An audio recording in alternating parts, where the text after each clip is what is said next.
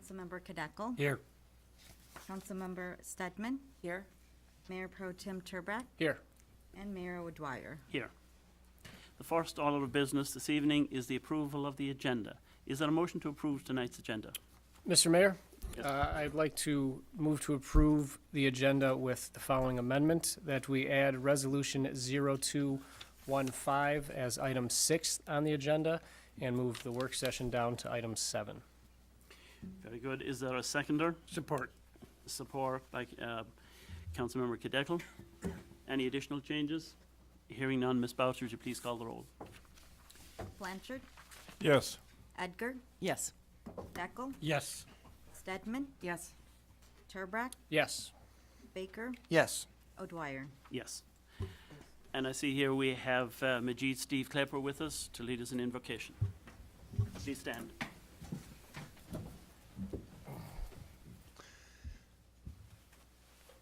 On this very frigid evening, as we dash from our warm car to our warm buildings, we should remain aware that there are those in our community here who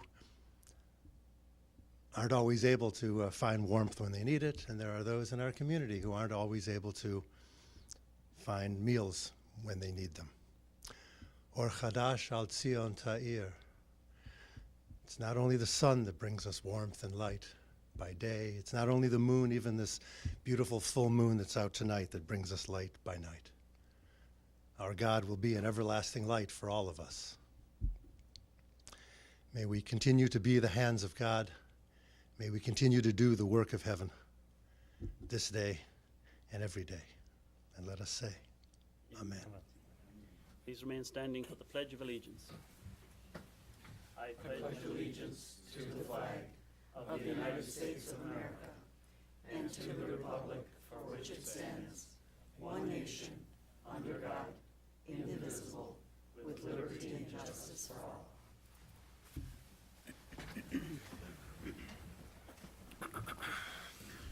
And now we come to the Citizens' Comments portion of tonight's meeting, when you may present your thoughts on issues that are not included on tonight's agenda. Council members will not engage you in discussion. If your concern needs to be addressed by a member of city staff or a department of the city, please sign your name on the sheet provided at the clerk's table. You may speak on a specific agenda item when it is being considered. When you come to the microphone, please state your name and city of residence.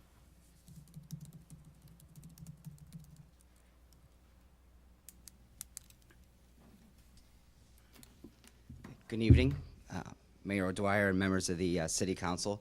I'm here to introduce a couple of individuals, but before that, I just wanted to publicly thank the citizens of Berkeley for re-electing me for another term as their district court judge, and I'd also like to thank the council for your continued support over the years. I'm happy to continue working with this great council for the next 8 years and beyond. I'm here this evening because, as you are all aware, the Berkeley District Court merged with the Royal Oak District Court. There is no longer a 45A District Court, it's the 44th District Court. And effective a few days ago, Berkeley basically inherited a new judge. Royal Oak inherited the judge from Berkeley. So I'm here today to introduce the judge from Royal Oak, Judge Meineke, as well as our new court administrator for the 44th District Court. I told them to be brief as far as speaking because the Michigan State-Indiana game is on tonight. I'm married to a Spartan, so it's very hard during football season as a Hoosier, because Notre Dame isn't the only school in Indiana, Mayor O'Dwyer. So I told them to be brief. I've got it recording so I can get home to watch the game tonight. So I'd like to introduce Judge Derek Meineke, as well as our court administrator, Gary Dodge. They're just going to say a few words.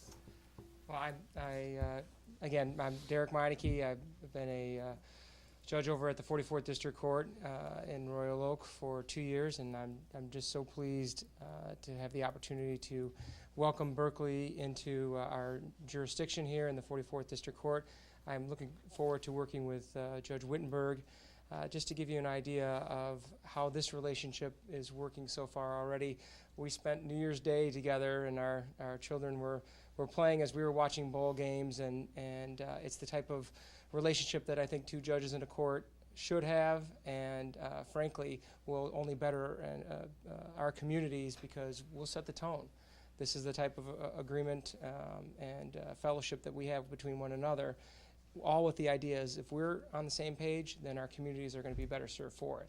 And once it became clear that this merger was going to happen sooner rather than later, we had a big hire over at the 44th District Court. We were looking to replace our court administrator. So although I'm the chief judge of both districts now, the Berkley and Royal Oak under the heading of the 44th District Court, it was a priority to me that with a major decision like that, that Judge Wittenberg be involved. So when we had the interviews for our last 3 candidates, Judge Wittenberg and I conducted those interviews together. So that when Gary Dodge was hired as our court administrator, it was a decision by both of us, not me acting unilaterally, because that's just not how this is going to work.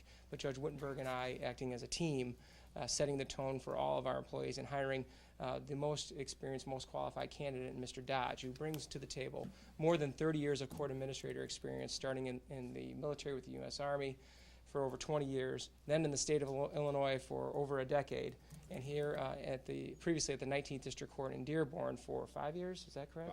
5 years. So not bad, I already have his resume memorized. So I'm just very excited. The more that I learned about the way Judge Wittenberg and the staff here have run previously the 45A District Court, there's so much that we're going to be utilizing from the former 45A District Court, some great practices that we're going to put together and make the 44th District Court really the standard bearer when it comes to district courts in the area, because that's frankly what Royal Oak and Berkley deserves. The very best when it comes to services, innovation, fairness, efficiency, and we have plenty of resources at our disposal right now for us to utilize to make sure that that's the case. And what's really exciting is this merger, really, there hasn't been that many of those all across the state. So we can, if we do this the right way, courts, other jurisdictions will come to us and ask us, how did this happen? How did this go so smoothly?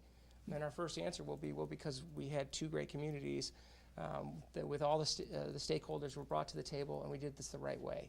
And that's what I'm committed to, and that's why I wanted to come here tonight, and I'm very grateful for the invitation. I'm even more grateful to find out that Mayor O'Dwyer is a Notre Dame fan. As a Northwestern graduate, we had a shared moment in November. It was a cold moment. It was an important moment for an otherwise dreary season for the Wildcats, but you might hear that from me once or twice, Mayor O'Dwyer. But I look forward to getting to know all of you and meeting you, and I look forward even more forward to the day where you'll be able to see the words that I'm saying today come through by way of action and seeing through what we produce at the 44th District Court as an example of what we're saying we're doing, we're going to be doing when it comes to a fruitful and productive merger. Gary, anything else you want to add? Well, you covered my resume, so I won't go over that again. There are an awful lot of things that are involved, obviously, in the merger, just a myriad of different details. But the meetings that we've had so far in this have really been indicative of how smooth this is going to go. With the chiefs of police, with the city managers of both communities, with the people that are involved down at where the rubber meets the road level. I think you're going to be extremely surprised with how smooth the merger will go, and with the level of service that you will get once we have completed this. Certainly, there are a lot of aspects of the court services in time before the judge that will come much more quickly under this new merger process. So we look forward to you folks looking back on this a year from now and going, this is the best thing we've done in a while.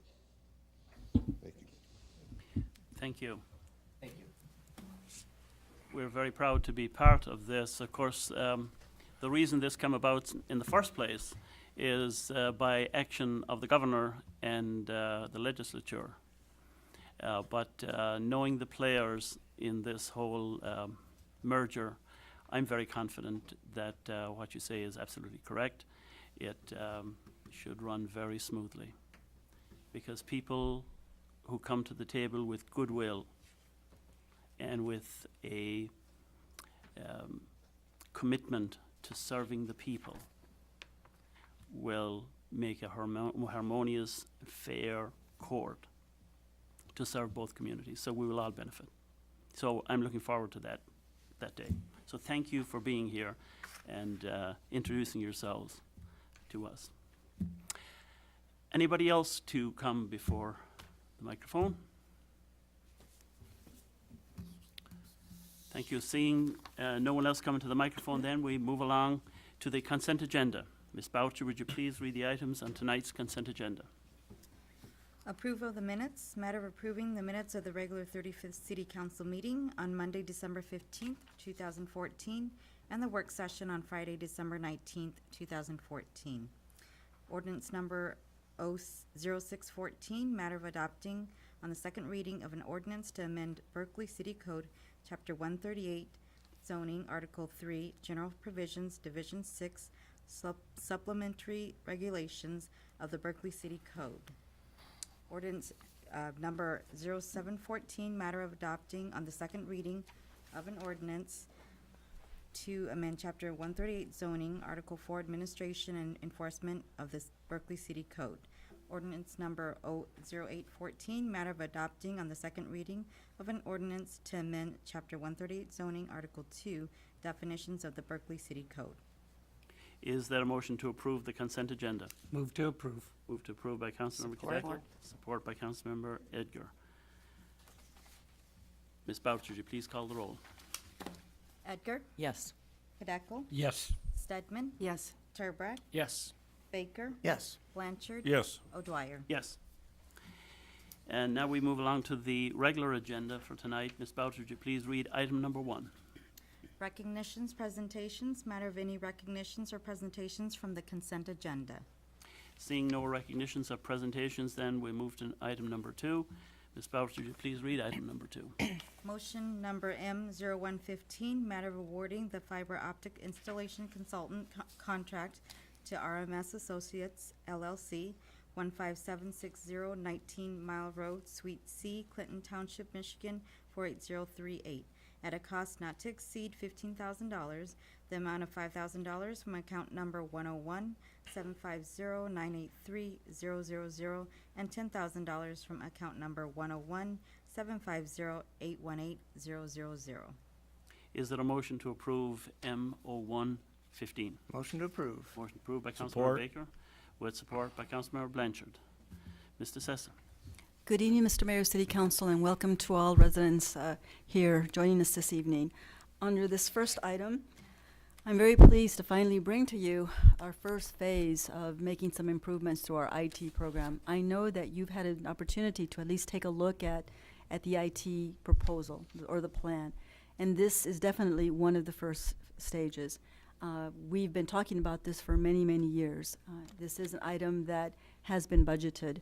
Now, I won't take up too much of the information that's already going to be given by staff, so I'll stop at that point and let our cable coordinator, Nancy Line, come before us and give us a brief description as to the purpose of this agreement, and also to introduce the consultant. Nancy. Good evening, Council. Good evening. Good evening. We are very, very, very excited about this project. It's long coming. We are going to be replacing our old T1 lines, the copper lines that have been really in bad shape lately, and turn them into fiber. We're going to replace them with fiber. We need a consultant to do that because there's a lot involved. So we went out to bid, and I've come to the conclusion that RMS Associates would be the best consultant for this kind of project. We have worked with RMS in the past. In 2007, she helped us upgrade our telephone system and saved us a lot of money back then. So we're hoping this is going to be a great relationship again, and we're going to get this done as smoothly as possible. Our consultant that we're suggesting to council tonight is Mary Stegner from RMS Associates. I don't know, Mary, if you'd like to come up and introduce yourself.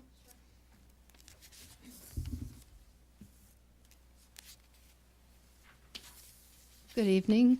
I'm Mary Stegner with RMS Associates. RMS Associates was established in 1999, and we specialize in government and education, have worked with a lot of municipalities since 1999, and prior to then as well, and basically look very forward to working with Nancy and the city on this project. My assumption is it will go very well, on time and within budget. Very good. There's a lot involved with it. There's a 3-phase system where eventually, the first phase is where she'll evaluate what we have currently. And then the second phase she will develop an RFP to go out to what we decide to use, if we're going to purchase and own our fiber or lease the fiber.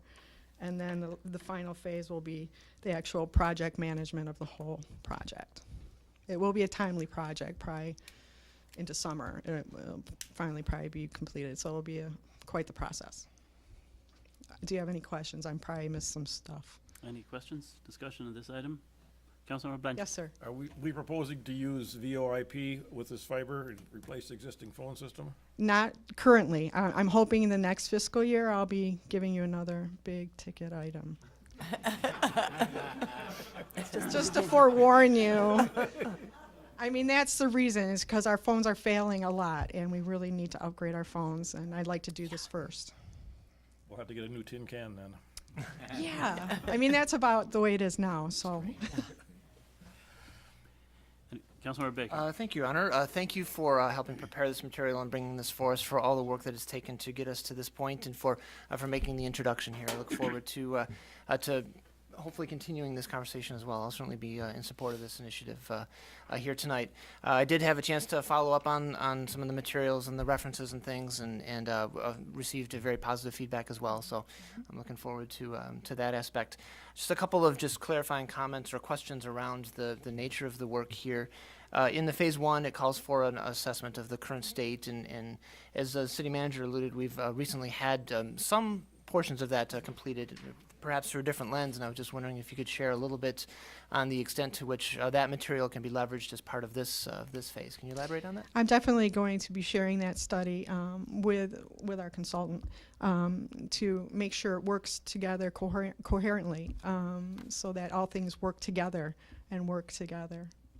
Is that Great. what you're looking for? Yeah, for sure, absolutely. Yeah, to make sure that we leverage that information Absolutely, and bring it forth absolutely. into this next round of actually planning to take action on these things. I was also going to inquire about the phones. I'm glad to hear that, it makes sense to put this kind of infrastructure in place first, so that technologies like VoIP and other types of things that we can use, video conferencing and streaming and other kinds of things, can have that smooth infrastructure to be effective. And as we look into the subsequent phases, I appreciate the way in which council and hopefully other departments will be involved in the scoping. There's been a lot of conversation around like Wi-Fi in the parks, for instance, and Yes. stuff like that, which would be Yes. enabled by having a citywide broadband capability Absolutely. that we can only dream about today. So although it appears as though we're focusing in the short term on the municipal buildings and the connectivity between those, that certainly is a foundational step.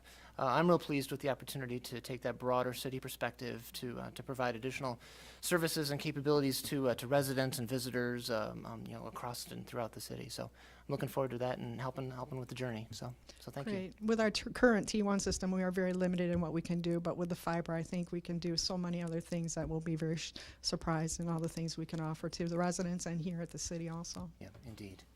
Thanks. Thank you. Anybody else? Very good.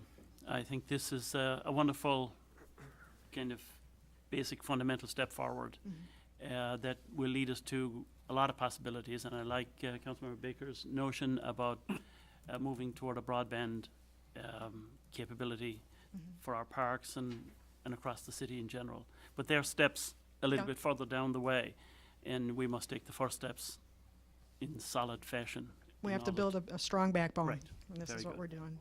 Very good. Ms. Boucher, would you please call the roll? Kadeco? Yes. Stedman? Yes. Turbrack? Yes. Baker? Yes. Blanchard? Yes. Edgar? Yes. O'Dwyer? Yes. Thank you, Ms. Stegner, for being here. Thank you, Council. And now, Ms. Boucher, would you please read item number 3? Motion number M215, matter of awarding the classification and compensation study contract to Clearwater Compensation Group, 3867 Oakland Drive, Suite 100, Bloomfield Hills, Michigan, 48301, at a cost not to exceed $24,000 from account number 101-172-817-000. Is there a motion to approve 0215? Move to approve. Moved to approve by Councilmember Baker, Support. support by Councilmember Edgar. Mr. Sessom.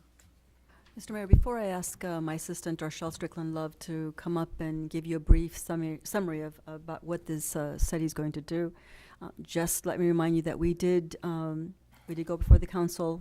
This is a budgeted item, so you have approved it, and now the next step is to consider some proposals.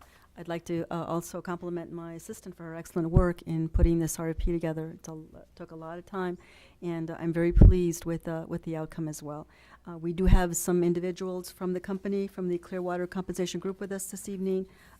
We have the president, I'm happy to report, Ms. Deborah Voigt here as well with us, and to help us answer any questions that you may have. So with that, I'm going to turn it over to my assistant to have her explain briefly what this process is all about.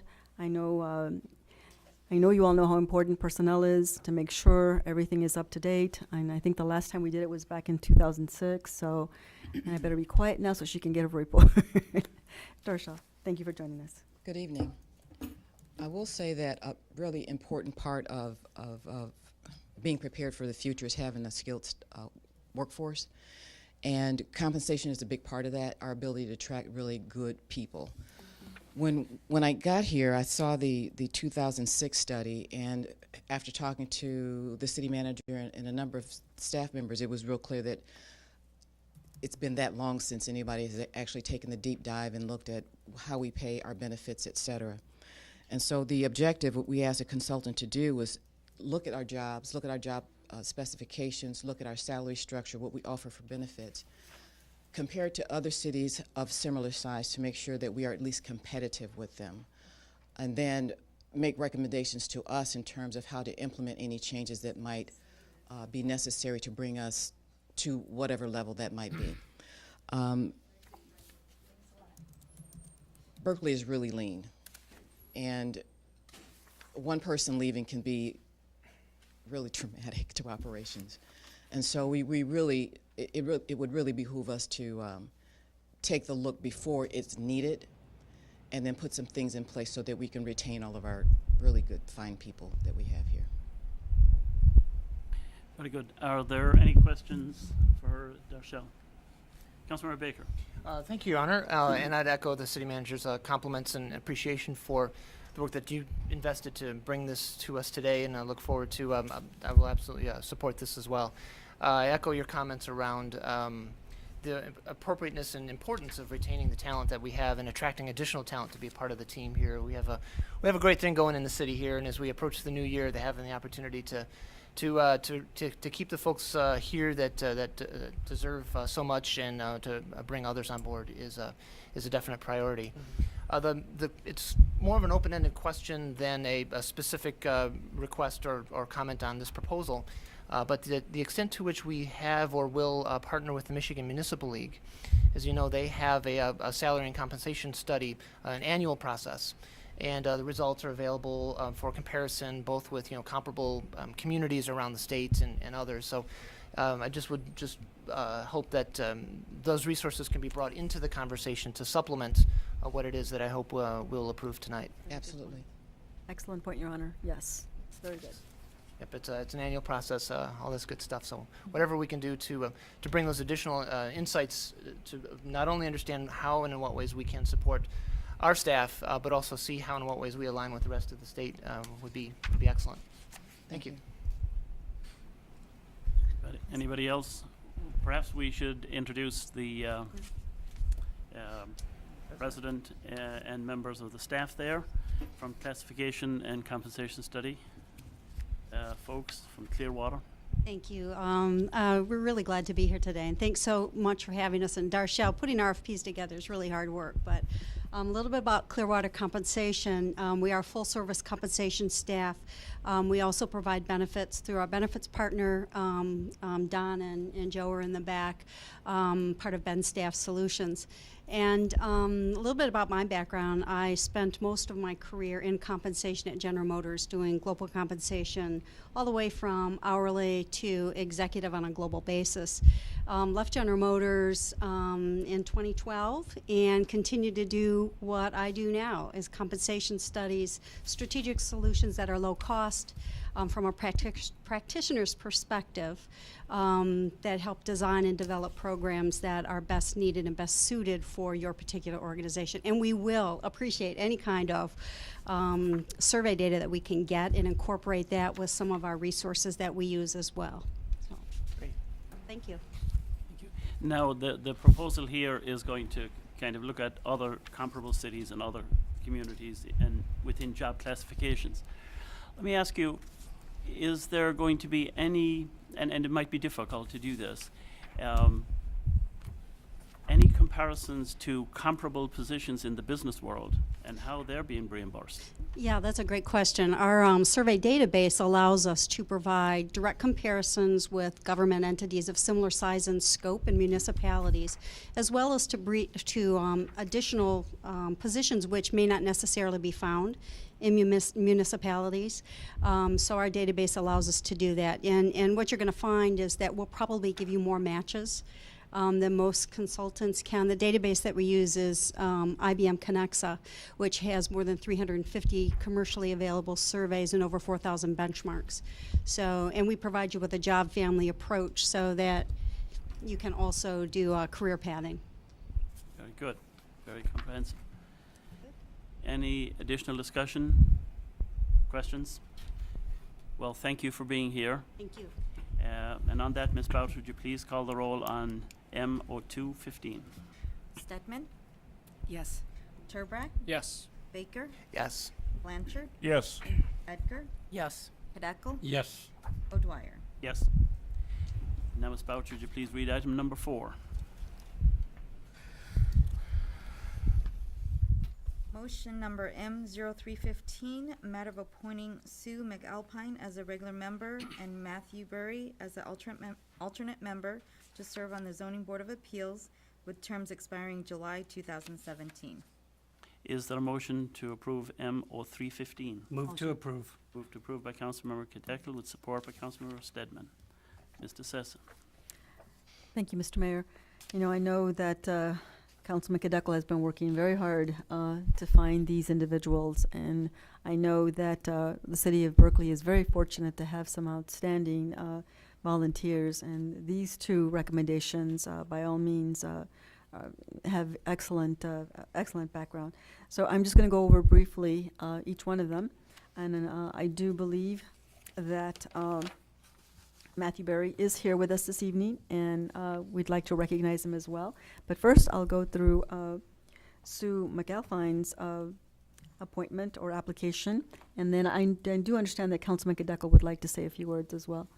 So I'll just go over the first two applications, and then you can comment, or would you like to comment first?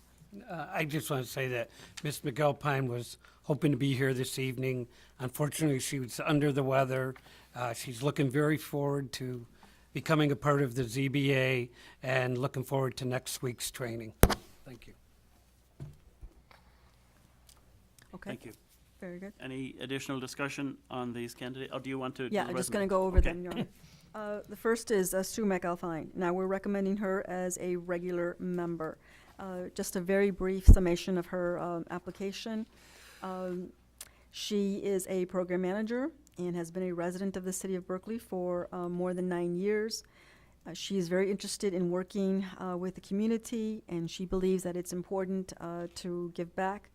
She has served as a planning commissioner in the city of Warren many, many years ago, and she feels that because of that experience, she understands the responsibility that comes with serving on a board and the importance of responsible decision-making. And her background, her work history background, I should say, she has a tremendous background on various programs that help to make Michigan better. She has worked and has managed for the Better Building for Michigan program. It's a $3 million program that's funded by the Department of DOE. to help homeowners make energy improvements and save money on their utility bills. So she's very, very in tune with communities. When asked what's some other information that she feels would be important to for her and the city to making her selection, she states that she is a hard worker, she's a dedicated employee and volunteer. In addition to her work responsibilities, she currently serves as the director of the Berkley Education Foundation and has raised over $150,000 for teachers and students. She's also the chair for the annual Caring and Sharing program that provides food for over 200 families just before the holidays, and is also the co-chair for the Berkeley Bear Boosters in their annual tin can auction. So with that, we're recommending Sue McAlpine for the regular position. Very good. Okay. And then for the alternate position, we recommend Matthew Berry. Mr. Berry is very new to our community. He's only been here for about 6 months, but he has taught in the Novi Community School District for more than 12 years, so he is a teacher. During his teaching career, he has coached high school sports. He's mentored new teachers and student teachers from Michigan State University, and he has served as a building administrator several times. And he has a master's degree in teaching and curriculum. He states in his application with regards to any other information that he feels are important. He states that he submits this application as an interested and enthusiastic citizen of Berkeley. I come without an agenda and want to learn more about how city government works and to give back. Our family plans on staying in Berkeley because of its walkability, great schools, and safe environment. He feels that becoming involved is a duty as a member of this great city, and he appreciates the council's consideration. He is with us this evening. I don't know if Mr. Berry would like to comment before we ask the council to vote. Mr. Berry? Good evening. I just want to say thank you for the opportunity. I wanted to thank Alan for approaching me and kind of encouraging me to get involved, and I would just like the opportunity to learn how things work and do anything I can do for this community. Thank you. Thank you. Thank you. Well, obviously we have two very talented and generous people willing to volunteer their time, and we're grateful for them and all the volunteers who make this such a wonderful city. Is there any discussion on either of these two candidates? Hearing none, then Ms. Boucher, would you please call the roll on M0315? Turbrack, Yes. Baker, Yes. Blanchard, Yes. Edgar, Yes. Kadeko, Yes. Stedman, Yes. O'Dwyer. Yes.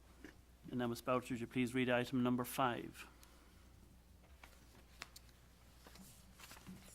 Resolution number R0115, matter of authorizing amendment of the 2014 through 2015 operating budget, those operating funds as presented.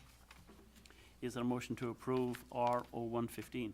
Motion to approve? Motion to approve by Support. Councilmember Edgar with support by Councilmember Blanchard. Mr. Sessa. Council, our finance director is going to go over these items with you. This is done in accordance with Public Act 2 of 1968 as amended. Mr. Sabuda? Thank you, Mrs. DeSessa. Good evening, Mr. Mayor and council members. What you have before you this evening are 13 budget amendments for it's a total spending package of $571,000, of which the majority of this is the August the 11th, 2014 storm event. Majority of these expenses are attributable to that storm. $473,000 of these expenses are being reimbursed. So we have 571 in expenses, 473,000 in revenues coming back to us. And then fund balance, unrestricted fund balance would then pick up the balance of the expenses that are going on, approximately $98,000. When you break down the expenses, $20,000 is in the general fund, 497 are in the special revenue and the enterprise funds, and the big number, about 420,000, and we'll get to it in a minute, is in the solid waste fund, which again is attributable to those expenses. On the revenue side, $426,000 is going to be going mostly to the solid waste fund, and then $46,000 into the general fund. So as we hit each individual, or we discuss each individual item, please ask questions. I'll point out to you expenses as we go through. Item A is a carry forward amendment for $14,845. This is to pay for the balance of the building, the municipal building study from fiscal year 13-14. Item B, what we're doing here is we're purchasing 2 office chairs for the clerk's department, and we're repairing the parking lot wall at the library. Total net expenses of $10,485. We have been reimbursed from the insurance company for the wall work back in May of 2014. So we received the money basically upfront, and the expenses came in July. So we're now setting up the appropriation for that. Moving along to item C. Now, item C, item D, item E, and item F, and item G are all applicable to the solid waste fund, or I should say the FEMA incident. So let me give you the facts as they are today. On the FEMA expenses for the storm event, we have spent $530,745 on the event. That's debris pickup, that's overtime, we call it protective measures, out of the public safety department. There was some equipment repairs, and then we had repairs here at various buildings, at the arena and here at the arena in here at City Hall. And again, the total value that we've spent, $530,745. We have applied for reimbursement or have received reimbursement. We've applied for reimbursement with FEMA or have received reimbursement from our insurance company to the tune of $457,163. So at the end of the day, $73,500 we have to pick up out of unrestricted fund balance, all attributable to the storm. Any questions there? Yes, sir. This is money we're promised by FEMA or we've gotten from FEMA? Promised, and we've applied for, and the initial round of discussion and submission has been approved by FEMA. We're 3/4 of the way home, and the auditors that have come in to look at our expenses have approved those expenses. So it could be we'll have another budget adjustment if they change their mind and short us a little bit or something. Could happen, absolutely. And I will point out too that in the second round of debris pickup, which was in December, we had another $1,300 worth of expenses. That is not part of this. Very small, but we did have some more. But in total, you're looking at the bulk. This is it. Great question. Thank you.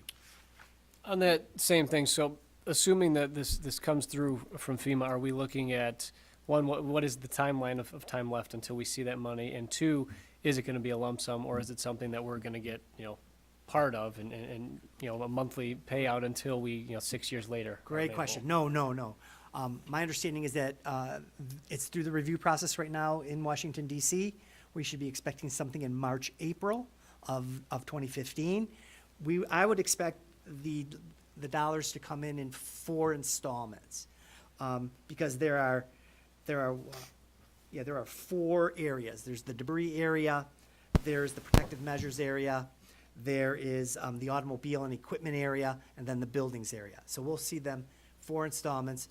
Now, when the buildings are kind of tricky because we're also coordinating with our insurance program. We have received partial reimbursement from our insurance program. We have submitted those expenses that are not being picked up by FEMA to our insurance company. And we would expect something from our insurance company for the final tally there. I can give you the breakdown there if you want it, but at the end of the day, you're looking at $457,000 between the 2 entities. Okay, great question. So hopefully by April 2015, we have all our dollars. Okay, very good. Any other, Mr. Sessa? Just to comment, Your Honor, first of all, we've been working very closely with FEMA, and I'm very confident that the information we've given them will be approved. They've been very gracious. They have been I don't know how to explain, very helpful, and I think the numbers, they're very pleased with the information we've given them. I think we're done with regards to data. But at this time, I'd also like to comment that our finance director has done a tremendous job in these numbers. As a matter of fact, they have commented to me what a great job he's done with regards to the information that he's provided them. If you were to see these reports that we get, that we have to give to them, oh my God. They are very detailed, and it takes a numbers person to put all this together. And Mr. Sabuda has done a tremendous job in putting all these numbers together. And FEMA has been very appreciative of the data and the format in which he has presented to them. So I'm very confident that these numbers will be approved and have been supported. They have been nothing but very, in terms of their comments, have been very, very favorable for the city of Berkeley. So within the next few short weeks, I expect us to be seeing some dollars coming in. Thank you. Very good. We'll walk through the nitty-gritty here. Item C is the solid waste budget amendment. We're looking for $406,613 in revenue to the solid waste fund. We're looking for $478,000 in expenses that have come through the solid waste fund. Item D is a fringe benefit fund transfer. What's happening here is the solid waste fund is sending over $6,400 to the fringe benefit fund. The reason why we're doing this is because of the way FEMA is reimbursing us. We wanted everything coming into the solid waste fund, dealing with the debris, and then transferring it over to the fringe benefit fund because FEMA is reimbursing us for those fringe benefits. $6,400 for revenues and expenses there. Item E on the general fund. The general fund will receive $35,275 in revenue. We're anticipating $30,134 in expenses. And the difference is why they don't equal is because you have straight time that has occurred. People are working their normal shift, their normal day. So we don't need to amend the budget for that because we've already budgeted for that. That's the reason why you have a difference. Item F, the arena fund. What has happened here is we had to bring people in to clean the facility due to the storm. We lost skates, we lost equipment, we lost the sound system. $14,605 in revenues and expenses at the arena. Item G, water sewer, very small, $670. We had some help from Hubble, Roth, and Clark on a few issues with the rainfall, and FEMA has, at this point in time, agreed to reimburse us the $670 for the additional time incurred by the engineers. And then item H is new. This is new now. We're going to step out of the FEMA world and the debris world, and we're going to start now with general city operation. At the ice arena, as you know, the junior A team has left Berkeley, and so we have picked up the concession operation, and we're looking for $5,000 in revenues from the concession operation, and we're going to spend about $3,100 there, and that's what item H is for. Item I, senior recreation program. When the new bus drivers come in, we have to drug test them. We have to give them physicals. We hadn't appropriated for that for this upcoming fiscal year, so we're asking for $500 there. Item J, if you recall, back in December the 1st, you approved membership fees for ICA, the cable authority, and you can see the $20.50 in expenses there. Mr. Lehman over in Huntington Woods has been very vigilant, and here you go, Tony. Item K, general fund carry forward. What this is we're bringing forward fund balance to pay the balance off of the land purchase from the school district, $5,300. And then item L, what has happened here is change of how we're doing business. This is a good thing for the council to know. In the past, we have contributed to TLC, TLN, the library network, and they would keep a reserve, and they would pay our bills up front, and then we would reimburse the reserve. TLN has given us that revenue back. They've given the reserve back to us, so we're counting that back in as revenue, $11,000. And Matt Church and Mrs. DeSessa have come up with a brilliant idea to purchase equipment for the meeting room. You can see a projector, audio equipment, electrical work, DVD connector, for $11,375. So we're gonna use that to upgrade the facilities at the library. The balance will be paid for out of the donations reserve in the general fund attributable to the library. And then the last item, and thank you for your patience, is the downloadable content is at the library is really going well. More funding is needed in that line item, and we're not spending as much in the books area, so we're pushing money over from the books. It's a zero. We're moving from one line item to the next. I'll be happy to entertain any other questions that the council may have. That concludes the presentation. Thank you. Any questions for Mr. Sabuda? I think the power of the details are such that they eliminate questions. Oh, that's good. Very clear and very direct. I'd like to second Mr. Sessa's comments that when you come to FEMA looking for money, you have to have your facts, you have to have your numbers. And there's little doubt that Mr. Sabuda always has his numbers. Thank you, Your Very Honor. well lined up. Thank you. So we're thankful for the detail of your department and, of course, the department heads who provided you with fundamental material that related to the department-specific losses. If I may, Your Honor, I would like to, special thanks to Selena Frost, Janice Lady, Lori Fielder, and Sue Redden. They really worked hard to help me get the information into place along with the department heads. Those four young ladies really worked hard to really make the situation a lot easier. Thank you. Very good. Thank you. Any additional discussion? Seeing none, then Ms. Bowers, will you please call the roll on R 0115? Baker, Yes. Blanchard, Yes. Edgar, Yes. Kadeco, Yes. Stedman, Yes. Chairbrack, Yes. O'Dwyer. Yes. Now, Ms. Boucher, would you please read item number 6? Matter of approving an amendment to the 2013 to 2015 collective bargaining and future bargaining agreements with the Berkley Public Safety Command Officers Association and the Berkley Public Safety Officers Association by adding language necessary to maintain the qualified status of the Berkley Public Safety Pension System under the provisions of the United States Internal Revenue Service Code.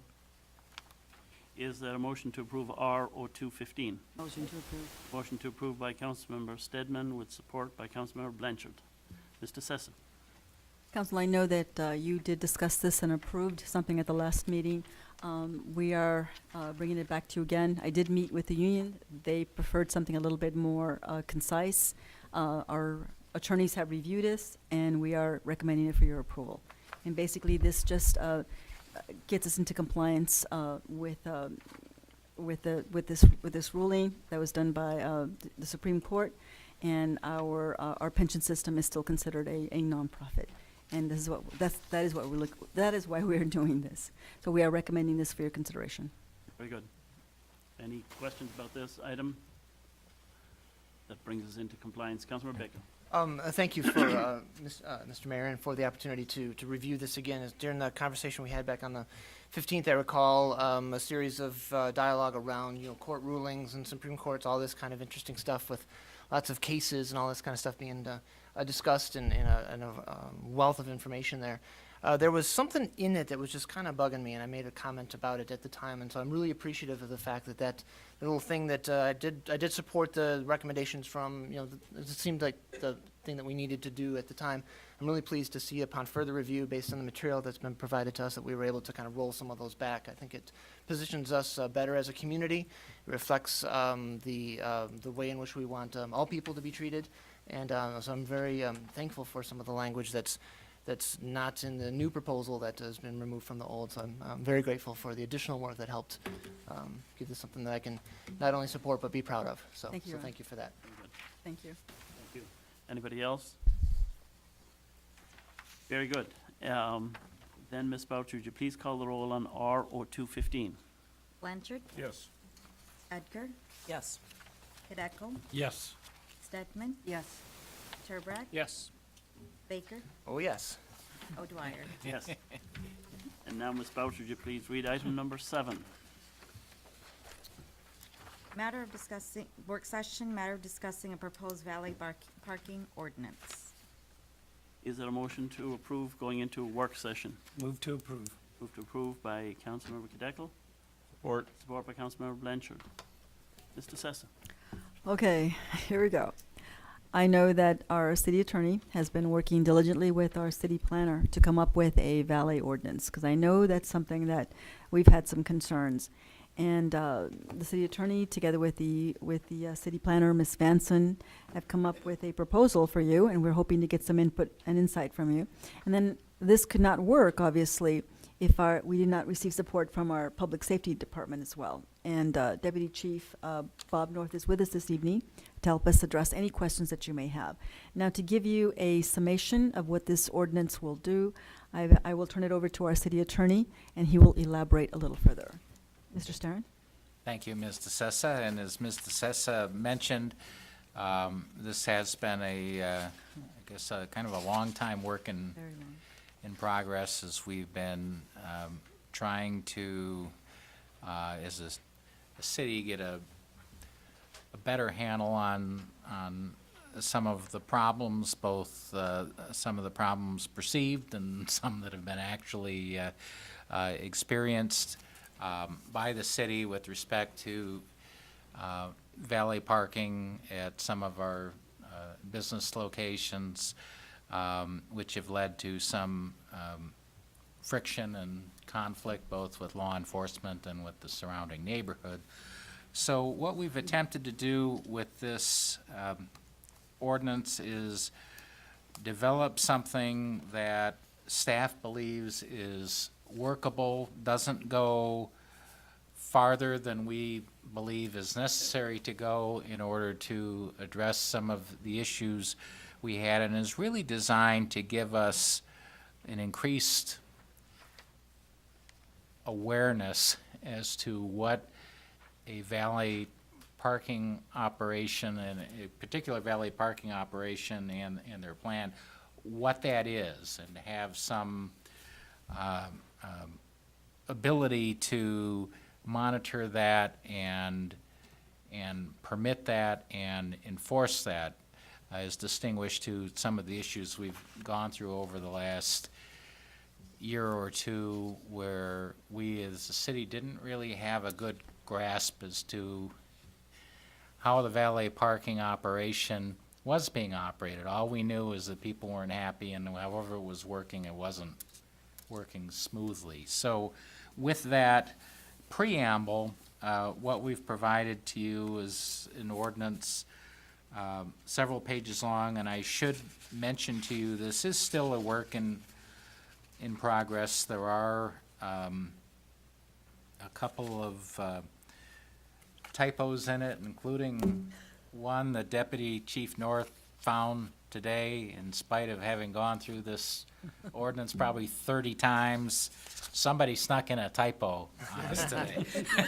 Oh, you caught me. And I'll point that out when we get there, as well as some suggested wording, non-substantive wording changes in the interest of plain language and plain English, suggested by one of our planning commissioners, which I thought were very good suggestions, and they are things that we can incorporate in the ordinance. So with that, the way the ordinance is set up, first of all, it will only apply to valet parking operations that utilize the public right-of-way, whether that be for drop-off, pickup, or for transporting vehicles from one place to the next. If someone has a valet parking set up that's completely confined to the site, you pull in, a valet takes your car and parks it somewhere on that site, that doesn't require a permit under this ordinance. That's just something that would be handled through our existing ordinances. This would require, for all those other valet parking operations that do utilize the right-of-way, it does require a permit. Permit would be issued by our our public safety department. And prior to that permit being issued, prerequisite to that is the requirement that there be provided a considerable amount of information that we currently haven't been provided with, telling us a little bit more about the business and as well as the actual valet parking operator, because it's not always done by the business itself. Sometimes they contract, oftentimes they contract out to another company to handle their valet parking, and we want to know who's going to be out there and when they're going to be out there and what their hours of operation are going to be. We want to know exactly what their driving route is going to be to get from place to place. So again, we can monitor, make sure that's happening, and we don't have situations with people unexpectedly going through alleys, private driveways, neighborhoods, what have you. And perhaps most importantly, providing us with records and documentation as to where the actual parking lot is going to be and what the arrangement is with the owner or operator of that off-site parking lot. So again, we can have a handle on that and not run into some of the issues that we've experienced over the last year where we thought there was an off-site lot and then we come to find, well, maybe that arrangement is no longer ongoing, and so, but there's a new arrangement, and we just want to have a handle on all those things and have it subjected to a permitting process. And if there's any changes to it, then it has to go, back through public safety to get approval of an amendment.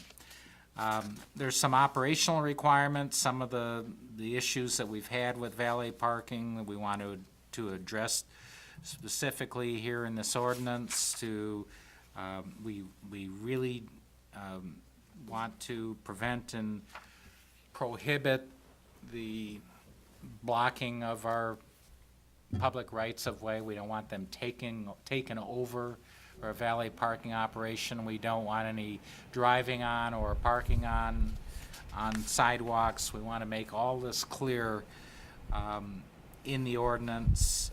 There's some other things in here about locking vehicles and closing time and notifying police if vehicles are left more than 48 hours, basically become abandoned vehicles.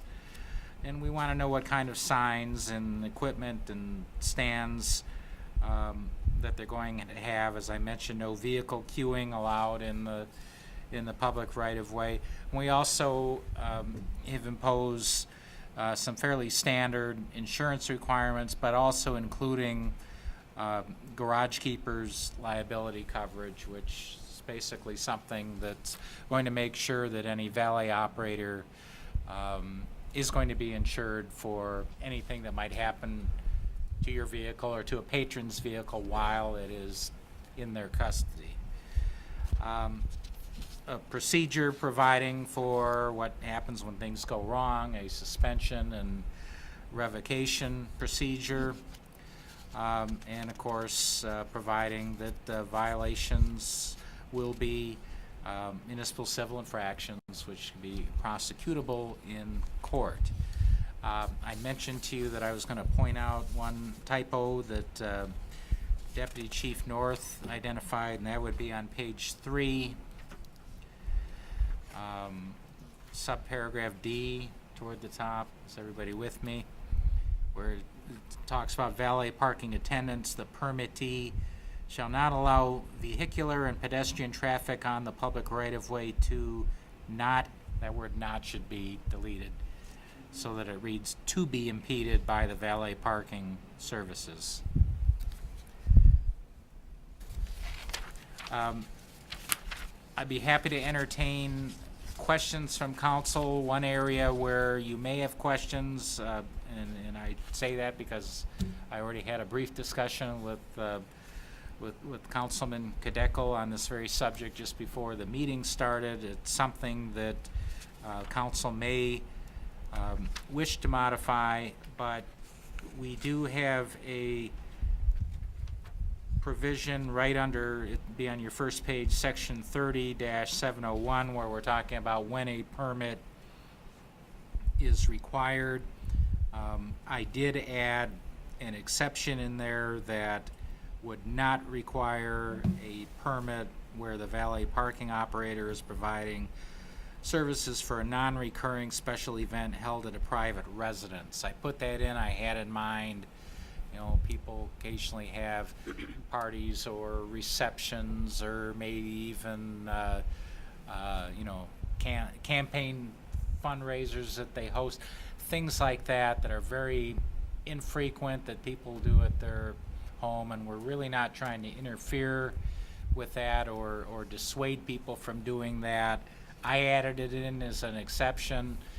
Council members may not want that to be an exception, or you may even, as Councilman Kadekla is going to ask, you know, you may even consider whether you want to broaden that not only to private residences, but perhaps to some of our businesses in town as well, when they are just having one of these occasional, you know, one-time, non-recurring special events, that we would let it happen without subjecting them to the permit process. That's entirely a policy call for council. Very good. Thank you. Discussion. Councilman Blanchard. Thank you, Your Honor. The pull-off area on Woodward Avenue where people pull off, that is public right-of-way. That's what we're talking about. My understanding is that is public right-of-way, so that would be covered by this. So the whole length of Woodward Avenue, there were any of those businesses in that pull-off area if they wanted to have valet parking. This is for all valet parking. This is not exempting anybody that has it now? That is correct. It is a regulatory ordinance. It does not grandfather in any existing operations. Okay. Thank you. Councilor Baker. Thank you, Your Honor, and thanks for preparing this, and administration for giving us an opportunity to roll around with this a little bit. I think it's a timely topic, and I'm glad that we have a chance to review this. Kind of continuing that same line of just inquiry or questioning around this. I noticed this would be effective 30 days after it's approved and all this. And that. Would there be some kind of compliance window for any businesses to adopt these practices, or would it be effective like that 31st day they could conceptually get a ticket and go to court and that kind of stuff? Is there a, well, how does that work? That's an excellent question. We did not build in any what do we kind of want to call it? Get out of jail free phase-in process. I mean, we didn't build that in. We could. My anticipation would be that you know, at the administrative level, certainly we would work with our businesses. Again, this isn't intended to be a punitive thing. It's intended to be, you know, another exercise of the city working with businesses and residents to try to find that, you know, compromise, if you will, or at least common ground where we can all work and get together. It's not intended to be punitive. It's not intended to dissuade people from having valet parking. In many instances, it's a very good idea. We just want to make sure that it's done correctly so that it does not create a public safety problem or become a nuisance for other businesses or residences that happen to live by. So we could build a phase-in with this, but my anticipation is that we will be working with these business owners at the administrative level. I know that City Manager DeSessa is reaching out to some of these, you know, these businesses already, you know, try to get them on board with this, enlist their cooperation, and work together with them. So I don't really expect that come the effective date, we'll be out there with the, you know, the ticket book or the padlocks shutting people down, but there's also nothing in this ordinance that should require a great deal of lead time either to make it happen. So I think the phase-in should be relatively soon. Thank you for that additional clarification. I certainly wasn't proposing to add phase-in language to something that's meant to be enduring, because that's a temporary situation. I'm pleased to hear that we're pursuing this from an approach through administration to work with the groups. And you anticipated one of my other questions around the degree to which we've already taken steps to reach out to some of the potential business owners. I'm glad to hear that that's underway. Yes. Also picking up on the conversation that you hinted at earlier from before the meeting, back to that bottom of this first page here, that section 30-701. I'd love to see something like that, if not a little more broad, at least something called out, to anticipate some of those kinds of situations where it's a one-off, whether it's a resident or a church or a youth group or some kind of facility that doesn't have the on-site parking to accommodate the anticipated guests for those temporary efforts. Whether it's an exception process, if it needs to go to council, or if we certainly entrust public safety to make the right call to check it out and make the proper recommendations. But I think having that clearly identified in here is a way to give folks that want to do the right thing, and they see there's a valet parking ordinance. They just want to have the confidence to know that they can move forward with the proper approach. So I would support this kind of concept, and perhaps even give it a little bit more space to breathe and some additional clarity. Mayor Pro Tem. Well, I'll let Councilman Cadeco, since he brought this up earlier, and then I kind of comment on And that's what I was going to continue with Councilmember Baker was saying, as far as the businesses. Maybe we could have something in there limiting them to, because if it's a one-time occurrence, but they're doing it 5 times a year, so you don't want to be taking advantage on that, excuse me, in that situation, maybe limiting them to maybe 2 in a given calendar year, something to that effect. Might be. I see our Deputy Chief Bob North is here. Would you have any suggestions on this topic and some ideas on this particular matter, the single event?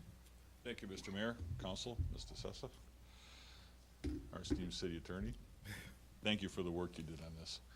I think that the ordinance is very well written. It's something that we certainly can get our head around and deal with. I think it's another example of the positive way in which we deal with our resident and business community. And going forward, this is going to be a very valuable ordinance for more than anything that's going on currently in future times. It'll be necessary to have it in place. I would suggest some caution as to the number of exceptions.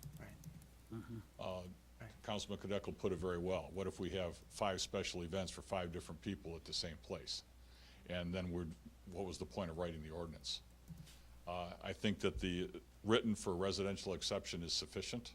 I think if we were going to look at any sort of exception other than for residential, it should be a permitting process in and of itself, but or just don't do it. Like I said, I can see situations, not that I've dealt with things like this very much in my career, but some people may choose to interpret it to an advantage other than that of the overall benefit of the city. And then we're treading water and trying to fix something that we've already fixed in the first place. But by adding too many exceptions, it may be disadvantageous to the intent and the practical enforcement of the ordinance.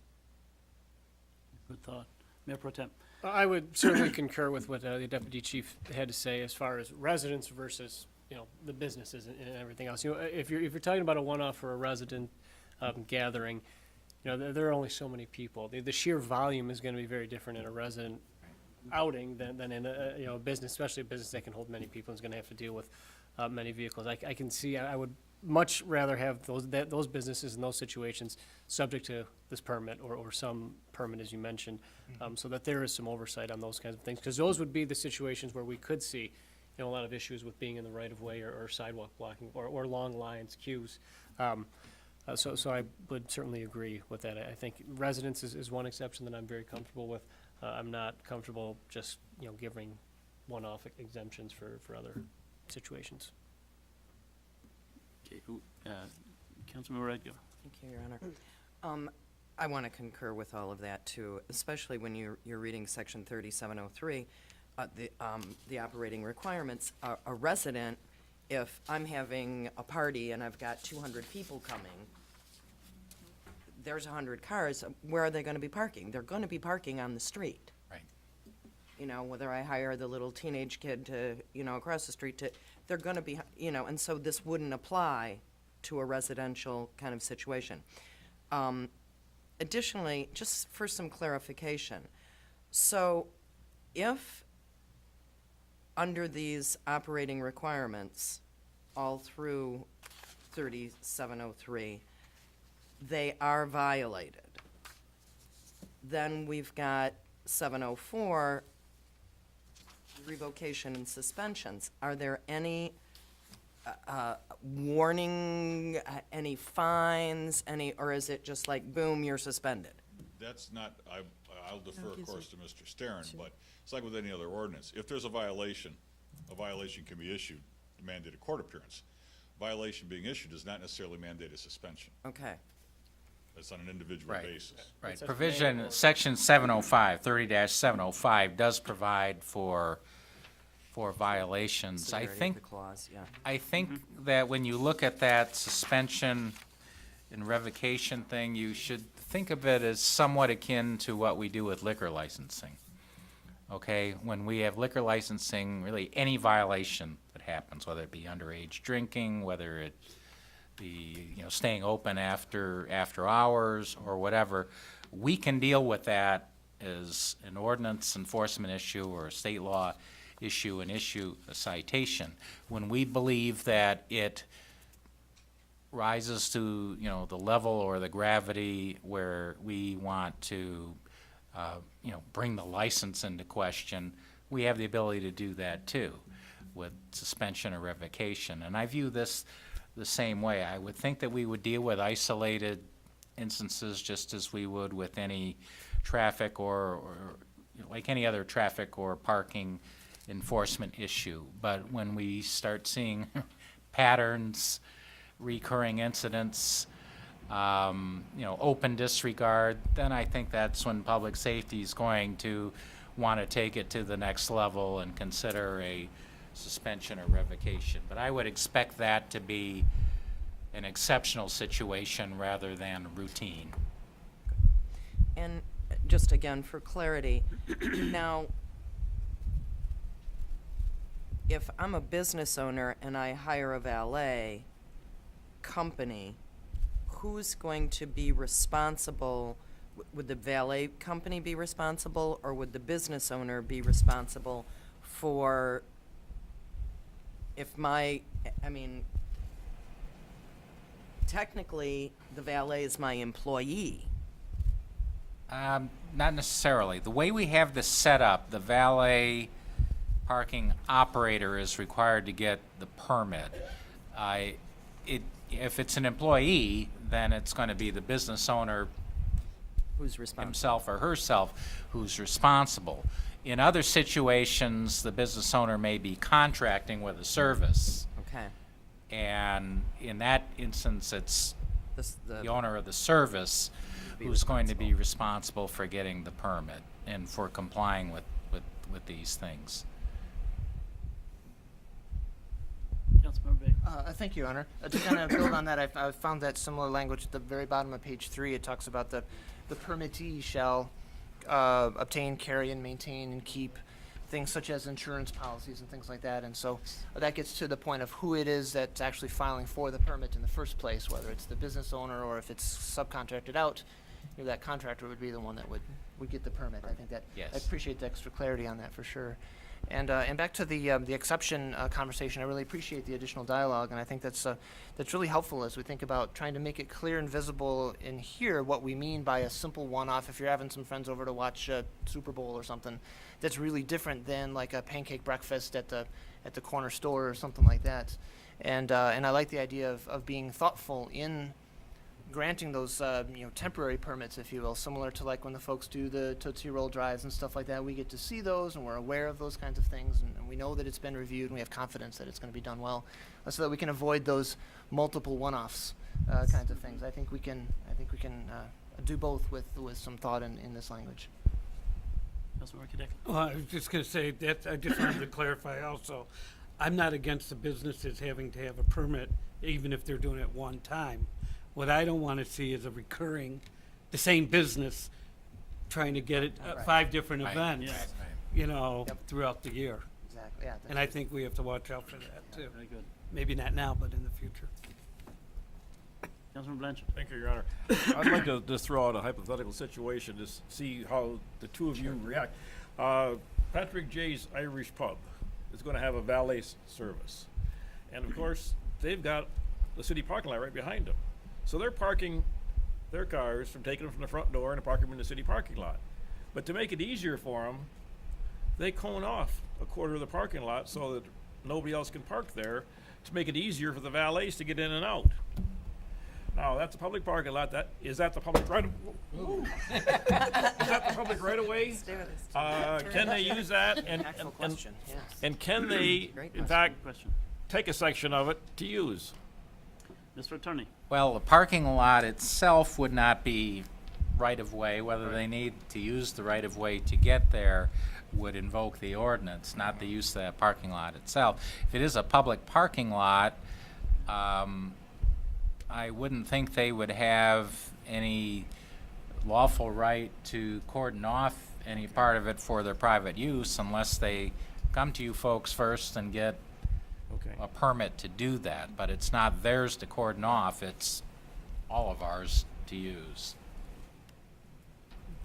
Okay, thank you. Good question, though. Do Councilman Reagan. we want to think about, because that's what valets do.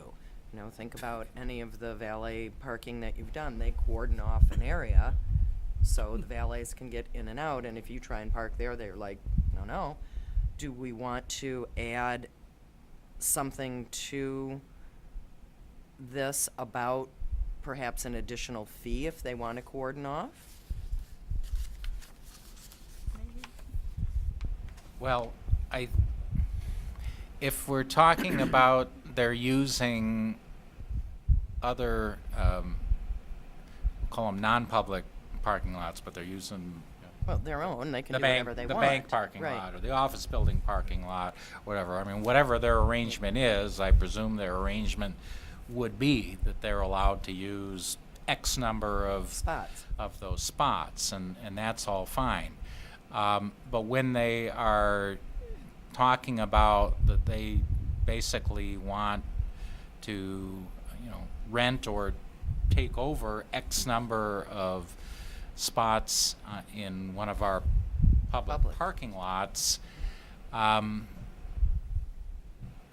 would have to think, I don't know, I'm sure we have an ordinance that covers that type of thing already. I don't know that we necessarily have to address it in here, but I do agree with you that if we don't have a permit and perhaps an associated fee, we certainly should consider that. So I will work with Ms. DeSessa, I'm not aware of about anything that, right now. and we'll see if it's just not, it's a very That's- good question, but not one I've been asked before, so I'm like, well, we must cover that somewhere. But I will check on that, and if we don't have that, then maybe that's something we can bring back to council, not necessarily as part of this ordinance, but perhaps somewhere else in our city code. Yep, okay. Yeah, Thank you. because it would strike me that public parking lot is the taxpayers' parking lot. Yes. And they should be able to park there anytime they want to park if there's a parking spot available. And I can't imagine that anybody could put up cones and prevent that from occurring. I would find that appalling. Mr. Mayor? Yes. There are some operational issues that I could be more than happy to discuss with the city attorney. I see a way we can do that very smoothly. Okay, Based good. upon our experience, and I'd be happy to share that with them and let him do the real work on it, so. Very good. Mayor Pro Tem Just to Turber. take what the mayor just said one step further, I would not be inclined at all to even allow an option to pay extra to take any public spaces think away. you're right. I don't see any reason why we would ever want to say, I don't care how much they're paying us, to take away public parking spots, which are for the public in the city. If you want to run valet, that's fantastic, but it's incumbent upon you then to find the spaces to park those cars, not take public spaces. And I hope businesses wouldn't do that, but just to get it out there now, I wouldn't be inclined to support anything that offers any extra permit to do that anyway. Yeah, I would think if that's something we would consider at all, it would only be on a very temporary basis, not a permanent regular thing. I'm kind of thinking of it in terms of just like we might give somebody a permit to hold their family reunion in one of our parks, and, you know, that's pretty common, but we wouldn't let somebody do that for like all summer. You know, maybe one Saturday, but I would think the same thing with this parking lot. There may come an occasion where somebody needs to come to us and say, hey, you know, we need to use the city hall parking lot or whatever, just for this Sunday, you know, who do I need to talk to get a permit for that? As opposed to, you know, we're gonna need your parking lot, you know, every night, Monday through Friday, in which case, go, well, you know, that's not really what we're here for. Very good. Councilor Sedman. You're talking about, in your statement right there, you're talking about cordoning off a section. Yes. And blocking it. Yes. But because they can park there. Oh, certainly. Right, okay. They can park there, they can't, But they just but they can't cannot block it. take it right, over, right, and, yes. Very good. We have a situation, it occurs sometimes on 12 Mile, where we have a business that will have an event that's happening. And so they're going to be busing these individuals over to a game. And so they leave their cars in our space. But, and that's been an issue. And one of the ways we've done to address it is place limitations in terms of the hours. We tried at first to make it, you know, so that people could park as long as they needed to. But we do have to place restrictions, because there can be some people that can abuse that and leave their car parked there for a long time, and then the rest of the businesses in that area can't use that space. So we've had to place time restrictions on that, just so you all know. Councilor Baker. Thank you again. Shifting gears to more of a process question, just for those unfamiliar with how we do the work sessions and then the first reading, second reading kind of thing. Could you describe kind of building on the outreach that's gone underway with the business owners and others in the area, what the next steps are? Let's say, so we've had our conversation here today, and as we propose and think about any minor tweaks or refinements or improvements to this material, where and how others, businesses, the residents, and other interested parties would have an opportunity to participate in the conversation. Could you just walk us through that process real quick? Okay, very, very briefly. Thank you. This proposal, or this draft, we did forward it to our Planning Commission and to our DDA. So those are two entities that have received it. This is just the first. If the City Council, depends on what direction you give us, if you want us to come back again and discuss this one more time, then we can do that. And then we have first and second readings, and at that time, again, they can comment on this report as well. So I did not. There's one group though that I just did not have the time to be able to give them some sort of notice, but certainly they do have more time, depending on what action the City Council takes today, and.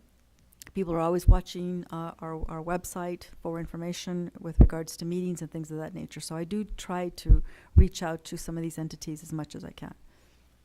If I may, I just wanted to thank and extend my appreciation for that very process. I think that you're using this as an opportunity to kind of begin the dialogue publicly. It is.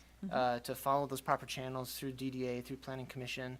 Those meeting minutes and meeting announcements are broadcast and publicly available, and those kinds of things.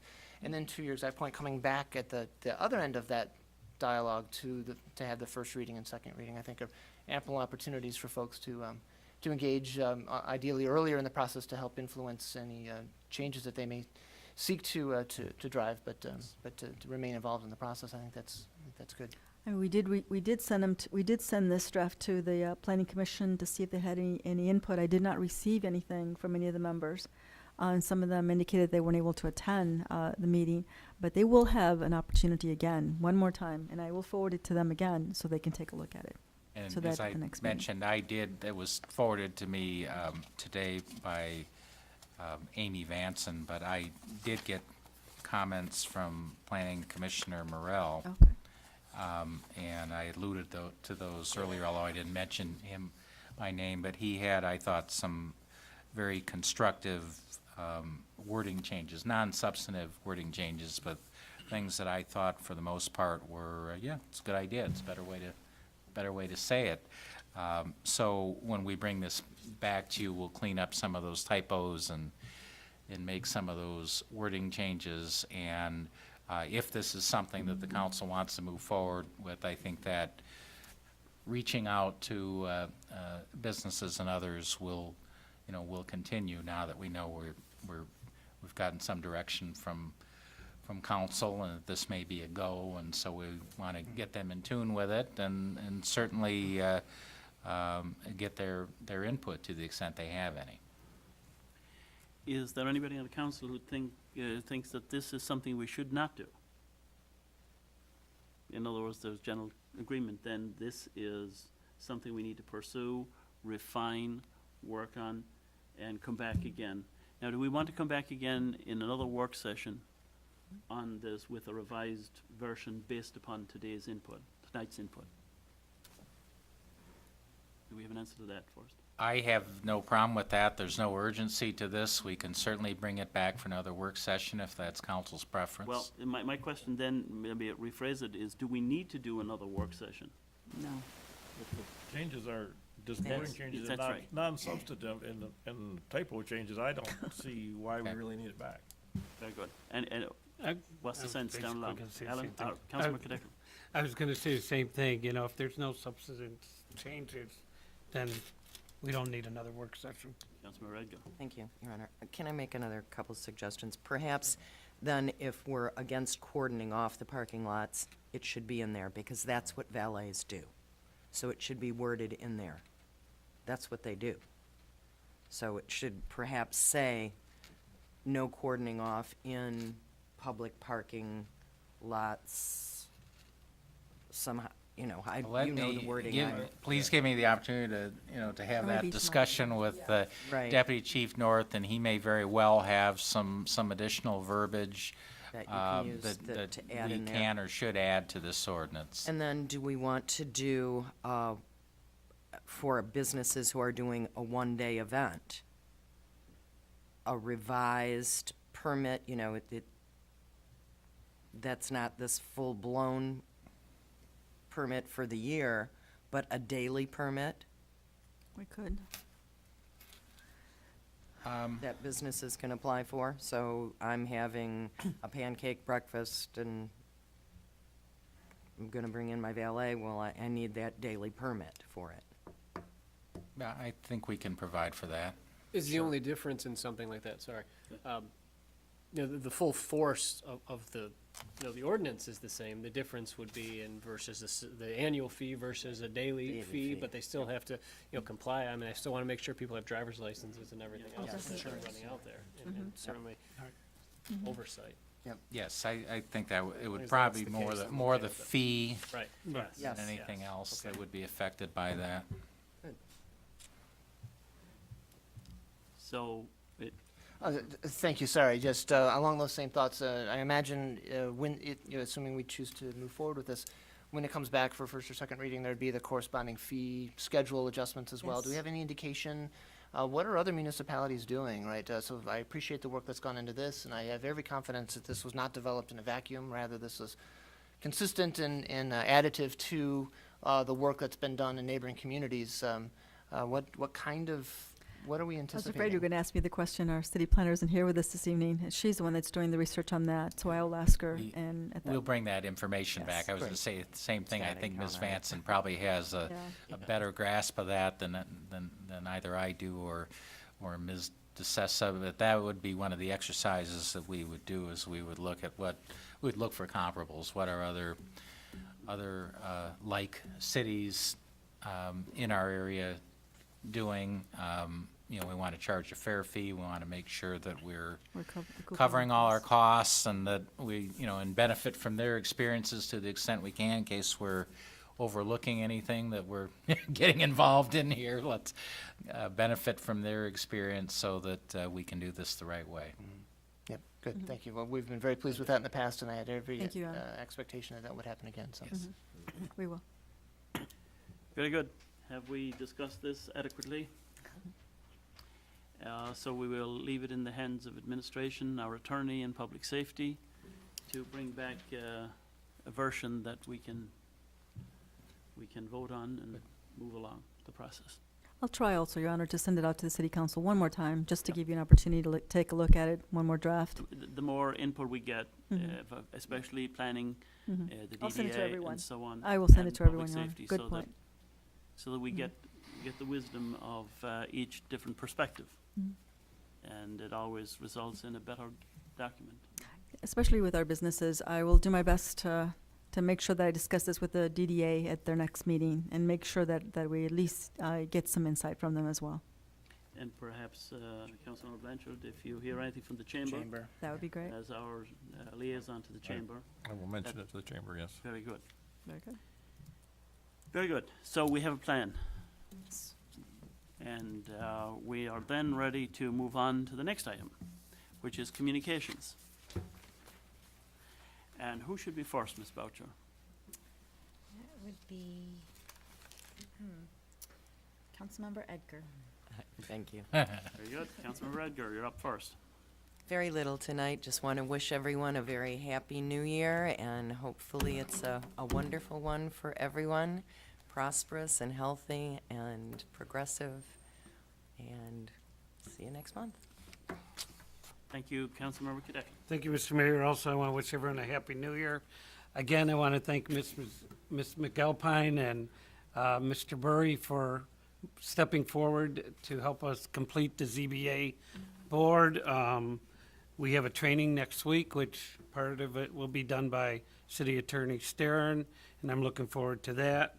And I'm really looking forward to the 44th District Court. It was nice to see Judge Meineke, Judge Wittenberg, and, everybody coming together. And I think it's going to be a great marriage. Thank you, Mr. Mayor. Mayor Pro Tem Turbrack. Thank you, Mr. Mayor. I, too, would certainly like to wish everybody a very happy New Year, happy 2015. It's certainly a time where we come up with all of our resolutions and all the things that we are going to resolve to do in the following year, in the upcoming year. And oftentimes, those don't make it out of January if they make it, any further than that. So one of those resolutions may be to try to keep our resolutions a little bit more this year, and that certainly goes for me as well as everybody else. But it also brings me to something that Majid Steve Clapper said at the beginning of the meeting today. There are those out there right now who are out in the cold and who are often forgot about it, and certainly who are less fortunate. And if there's some way that we can at least incorporate into our thinking this year is to try to keep those people in mind as much as possible. Any opportunity that you get. I know it's a difficult thing to do, and again, this certainly goes for me as well. But there are those that have a lot of circumstances happen that are beyond their control and find themselves in very difficult times. And it doesn't necessarily just have to be a financial thing, less fortunate. But there are those of us who are going through difficult times in our lives for a number of reasons, and to make sure that we're not just saying nice things to those folks, but also being as active as we can to take care of them and to try to support all of those that we can help in 2015. So I want to wish everybody certainly a happy and very healthy and hopefully prosperous 2015. Thank you. Thank you. Councilmember Baker. Thank you, Your Honor. It was Dr. Dale Turner who once wrote, "Dreams are renewable. No matter what our age or condition, there are still untapped possibilities within us and new beauty waiting to be born." And it's with that sentiment that I offer, continued gratitude and appreciation for this new year, and to wish everybody a safe and happy one. For the residents, obviously, a safe and pleasant downtown environment and a neighborhood environment that's safe to walk in and enjoy being with your neighbors, enjoying the parks and things like that. The businesses, the vibrant context within which they can thrive and be successful. For the employees and the volunteers, which we've mentioned again tonight, an engaging and satisfying work experience and opportunity to contribute. Those are all things that I wish for the city. I know I should echo the thoughts of many here today. As we look to the new year, we've talked as part of the budgeting process and some of the work sessions that we've had some of the kinds of things that we want to make resolutions for in terms of work around the city. For instance, much needed and long-awaited repairs to Coolidge Highway north of 12 Mile. That work will be coming soon. We appreciate in advance your patience as we undertake that project in the spring.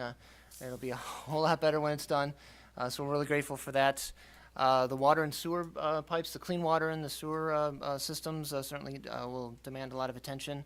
Most recently, as just last week with the water main break on Harvard, there was tremendous support from the city and, of course, patience from the residents as we look to do what we can to build that sustainable infrastructure for us and for future generations to enjoy. And it's through that work that our various committees are preparing their agendas for the calendar year, including the Historical Committee. They're lining up their initiatives and projects for the year. Anyone interested in large projects, small projects, just a couple hours or many months of opportunities to participate in collecting and archiving and sharing our city's rich history and things like that, please feel free to contact City Hall or contact me. We would be glad to help put you in touch with the committee chairs and get you invited in that process. And whatever you do and wherever you go and however you help, I absolutely echo those same sentiments to find ways to reach out and help others. Do so safely. Please, as you take care of others, be sure to take care of yourself. People love you and care about you too, so take care of yourself too. Thanks. Thank you. Councilmember Stedman. The library has some programs coming up during the month of January. One of them is tomorrow night at 6:30 p.m. If you received an iPad or Kindle or any other device for Christmas and you're not sure how to use it, you can go there and find out how to download from the library's online collection. Another program that is coming up is long-distance backpacking on Tuesday, January 20th. That's 2 weeks from tomorrow night at 6:30. And they're going to have a long-distance hiker, Chris Hillier.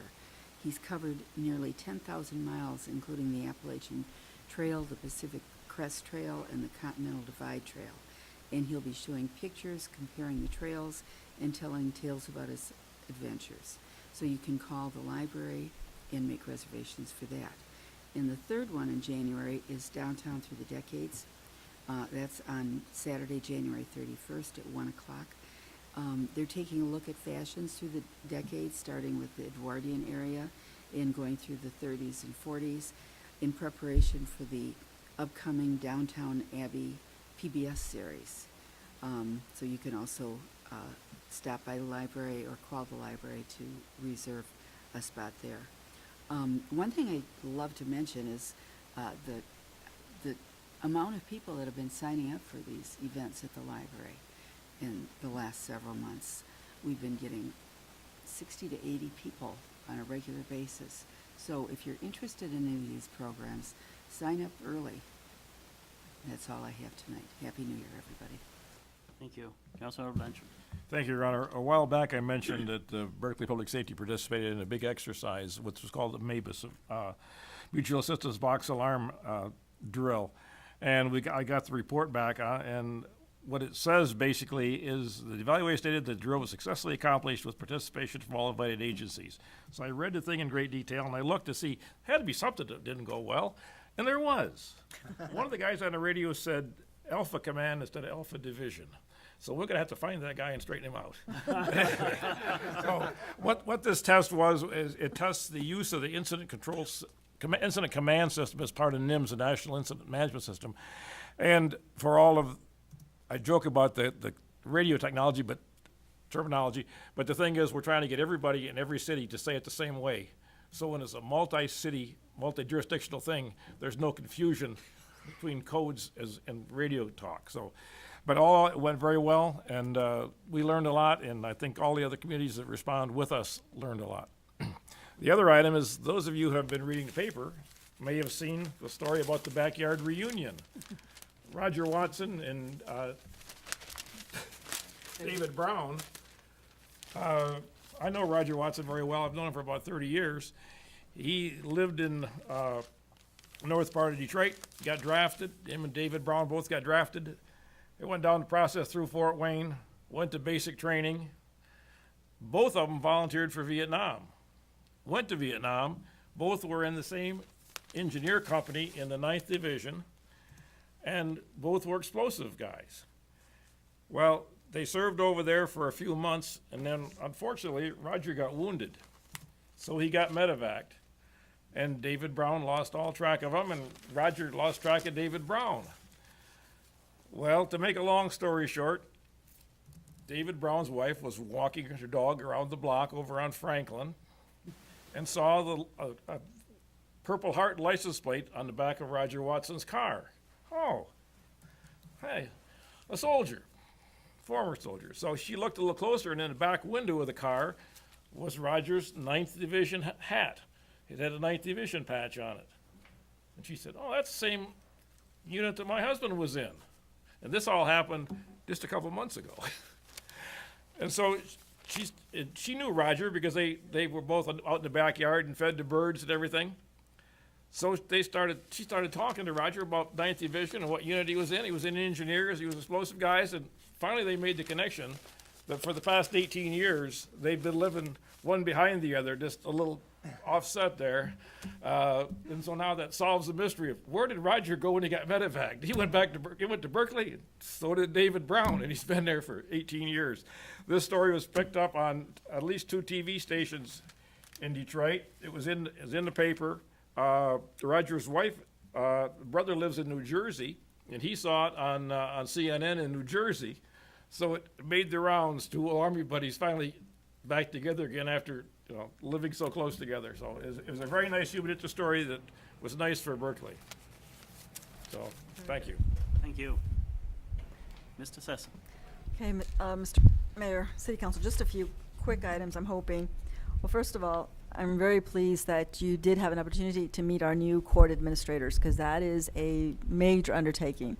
And I'm going to do my best to try to get this done as quickly as I can. Obviously, you know that we were looking to do this within the next few years, and now we're going to do it right now. So we have to change gears really quickly. The Finance Director is assisting me with this matter. We are in the midst of preparing what they call a joint operating agreement between our 2 courts, so that we know how we're both going to be functioning. Our city attorney and our prosecuting attorney will continue to work with the courts. We also have to make sure that we see how we're going to be addressing our public safety officers when they go back and forth. And so there's a few things that we still need to address, but that's moving right along, and I wanted you at least to get a quick report as to where I am with that. And I'm hoping, hopefully within the next few weeks, that I come before you with an agreement that has to be approved by both our cities. And our goal is to try to get all this done by May, no later than the end of this fiscal year, which is June 30th, hopefully sooner. So our goal is to get that done very, very quickly. I know we're concerned about our employees that work for the court. We want to make sure we do what's best for them as well, as quickly as we can. Okay. Thank you for the library adjustment. As you can see, Councilmember Stedman mentioned all the various groups that are now attending the library, and I know that these new audio equipment will help tremendously with those presentations. So thank you, Council, very much. Also, I know this is kind of unusual. I usually don't report this, but time is a-wasting, and I don't have a lot of time here. You know, we are members of SOCMA, which is the Southeast Oakland County Mayors and Managers Association, and we meet on a regular monthly basis. The mayor and I attend these functions. But when we are the host city, the city council is also encouraged to attend so that you can see what we're doing, what we're talking about. So I'm going to be forwarding you an email as soon after this meeting and asking you to please attend if you can.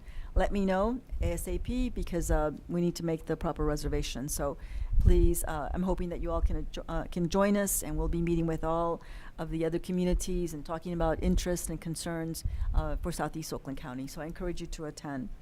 Our Winterfest, I know that's still a month away, but it'll be here before you know it. February 7th, 12 noon to 4 p.m. For more details, I ask our residents to please visit our website at berkleymish.org and you can get more details. All kinds of exciting things that are happening there. We have a wonderful snowman that's just incredible and lets people know about all the activities that are happening there. And then also, I know Councilman Kadekel, he has a memory. I don't know how he remembers all this, but I guess next week is Councilman Baker's birthday, so he asked me to mention. It slipped by me, so. It I slipped remember. by him, so he passed me a note. So Happy birthday. happy Well, thank birthday, you. Councilman. All right. Many more. I hope so too. Hope it's the good year or whatever the It's year gonna be a that great is. year. Thank you. Thank you.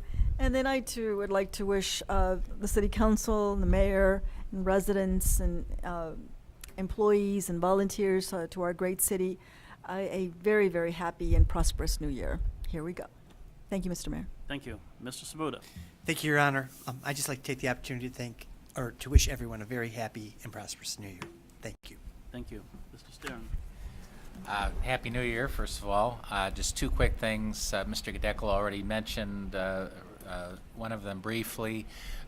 Looking forward next week to participating in a training session for the Zoning Board of Appeals. I think that's next Thursday evening, where I'll be working together with Brian Borden, who's the planning consultant from LSL. We've already met about this. We're actually going to be meeting again tomorrow afternoon, kind of rehearsal, if you will. But it's something I've participated in these before, both as one of the presenters as well as just an observer. I think it can be very helpful. You have a good zoning board of appeals, but I think periodically these sessions are a good idea just to keep people up to date, and particularly now it's an opportunity where we've got a couple of new members on board. I think one you appointed was it in November or October, fairly recently,